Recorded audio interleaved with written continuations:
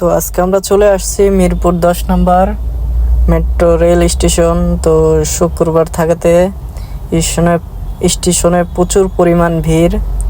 তো আমরা যাব দিয়াবাড়ি, দেখা যাক এখন আমরা টিকিট কাটতে পারি কি না। আশপাশের ভিউটা ছিল অনেক সুন্দর।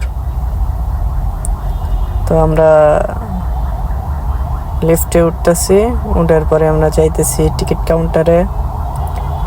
তো আজকে শুক্রবার থাকাতে ভিতরে অনেকটা ভিড় ছিল। মেট্রোর আশপাশে কোনো জায়গা ছিল না। আমার বন্ধু ইতিমধ্যে লাইনে দাঁড়ায় পড়ছে টিকিট কাটার জন্য।